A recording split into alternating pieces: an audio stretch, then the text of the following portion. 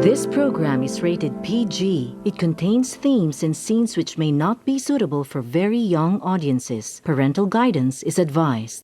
Disclaimer: the views and opinions expressed by the author and the showrunners of the franchises involved does not reflect the views and opinions of the host. Magic is a strong force, able to create a horse. Music is the magic that binds melody and logic. This song is dedicated to young witches and wizards. I am condemned to split two, 4 houses without hazards. Ravenclaw revels in creativity as Gryffindor shines in chivalry. Hufflepuff praises dedication as Slytherin sees value in ambition. I feel that these virtues is an oversimplification of what the Hogwarts 4 value in the future of nations. However, this measly hat have something to say. Attention, I hope you would pay. Advice, I hope you would accept. Unite under her banner, just as the Hogwarts 4 had done before you lot had been born. Only united can we produce a sweet melody that would foster love and peace and not toxic deceit. Now let these young wizards and witches witness me sort you into houses. I hope my advice is heeded as you create bridges.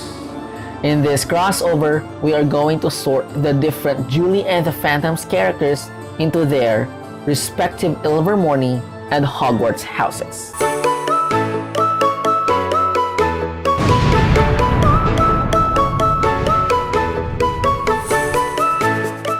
Greetings everyone, this is Under the Sun and I'm your host Riku, and you're watching Crossover. For context, watch episode 1 of Crossover linked above. The wizarding world has a lot of magical schools scattered around the world. Japan has a school supposedly named Mahotokoro, which I don't believe. France has Beauxbatons. Bulgaria has Durmstrang. The US of A has Ilvermorny, and the UK has Hogwarts. A staple in these schools, especially the latter two, is sorting their students into 4 different houses. Let's start with Ilvermorny.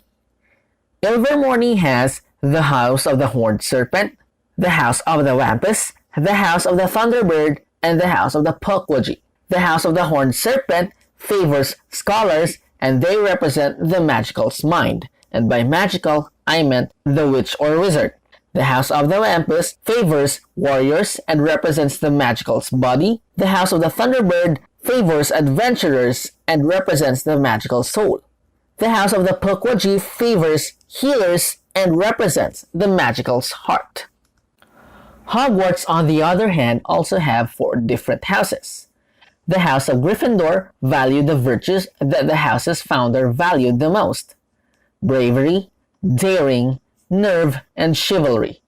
The house's mascot is that of the Golden Lion. The House of Hufflepuff value the virtues that the house's founder valued the most: hard work, dedication, patience, loyalty, and fair play. The house's mascot is that of the Black Badger. The House of Ravenclaw value the virtues that the house's founder valued the most: intelligence, knowledge, curiosity, creativity, and wit. The house's mascot is that of the Bronze Eagle. The House of Slytherin value the virtues that the house's founder valued the most: ambition, leadership, self-preservation, cunning, and resourcefulness. The house's mascot is that of a silver snake. Unlike Hogwarts, Ilvermorny sort their students into their specific houses while taking their choices into account, instead of a something choosing one for them. The statues of the different house mascots were enchanted to move forward as soon as they sensed the virtues that the student has valued. In the event that 2 or more statues move for one student, the student has the right to choose the house that they think best fits them. We are all familiar how Hogwarts sorts their students into their respective houses. Hogwarts' sorting hat searched the child for the virtues that each of the founders valued within a person and then choose the house accordingly. In the event that the Sorting Hat thinks that the student fits the qualifications of 2 or more houses, the Sorting Hat takes other sources into consideration. The child's opinion and what value the child feels most important above all others. In the Harry Potter canon, this can be seen during the sorting of Hermione Granger, Neville Longbottom, and Harry Potter himself. Hermione valued intelligence, but she still thought that courage is important, hence her sorting into Gryffindor. Neville wanted to be in Hufflepuff, but the Sorting Hat knew that the boy has what it takes to be as brave as any Gryffindor. Harry did not want to be in Slytherin due to the descriptions he had heard about the house beforehand, and he wanted to avoid it at all costs. Hence, he was sorted into Gryffindor because it was his choice not to be placed in Slytherin. So, let's get sorting.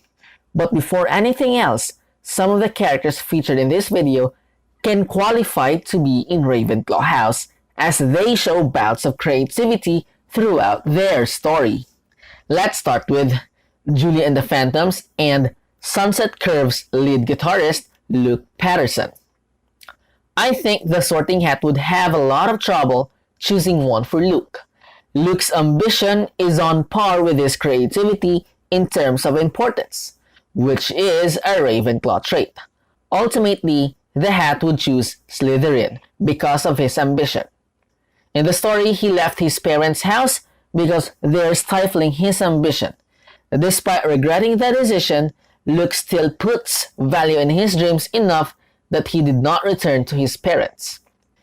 If Luke were to attend Ilvermorny, I see 2 statues moving for him. One is the Thunderbirds. He puts his whole soul into the songs that he writes, but he would ultimately choose the Horned Serpent. Horned Serpent because his mind is his greatest asset, the way his songs convey whatever feeling he had when he wrote them. Up next is drummer boy himself, Alex Mercer. I think the Sorting Hat could only see one house compatible with Alex, and that's Ravenclaw. He values knowing things, the whys, and the hows. The simple comment about quick start guides is an embodiment of this. If Alex were to attend Ilvermorny, I see 2 statues moving for Alex, one being the Horned Serpents.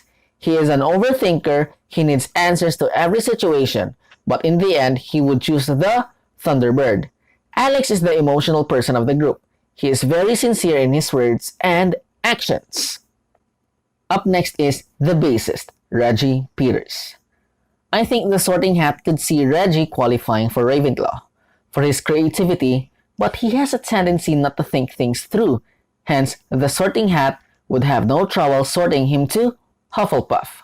Hufflepuff because he thinks about his biological family despite how bad they are for him, both mentally and emotionally. The quote, "You're the only family I have," speaks a lot to how loyal Reggie is. If Reggie were to attend Ilvermorny, I only see one statue moving for him, and that's the Pukwudgie. He is the heart of Sunset Curve and Julie and the Phantoms. He's the glue of the group, so to speak. Up next is the starlet herself, Julie Molina. I think the Sorting Hat would have a hard time sorting Julie as she is as creative as a Ravenclaw. However, she'd ultimately end up in Gryffindor. Her character arc is all about finding courage in spite of grief, and she also does the right thing, which is a Gryffindor trait. If Julie were to attend Ilvermorny, I can see 2 statues moving for her. One of them being the Wampus. She's a warrior, and she claps back at anyone making fun of her, but she would ultimately choose the Horned Serpent. Her mind is her greatest asset. Her songs is just as soulful and beautiful. Up next is Julie's best friend, Flynn. I think the Sorting Hat won't have any trouble sorting Flynn. Despite showing Ravenclaw qualities, she's a definite Slytherin. Slytherin because she is the better liar between Julie and Flynn. Double trouble. She helps Julie hide the truth about the boys, about the Phantoms, and she is all about self-preservation. If Flynn were to attend Ilvermorny, I can see 2 statues moving for her, one of them being the Horned Serpent. She's a creator and she is a better liar. But she'd ultimately choose the Puckwaji. She spent almost a year trying to be there for the grieving Julie. She was Julie's sole confidant in the things that she could not even tell her father and brother. Up next is Carrie Wilson. The Sorting Hat would sort Carrie into this particular house despite her obvious leanings towards Ravenclaw. And this house in question is Gryffindor. She is unafraid to express herself and be herself. If Carrie were to attend Ilvermorny, I can only see the Horned Serpent statue moving for her. Horned Serpent because, frankly, she's very creative to choreograph her own routine and compose her own songs.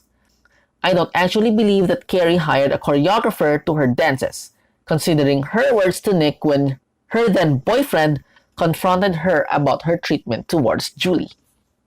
Up next is Carrie's ex, Nick.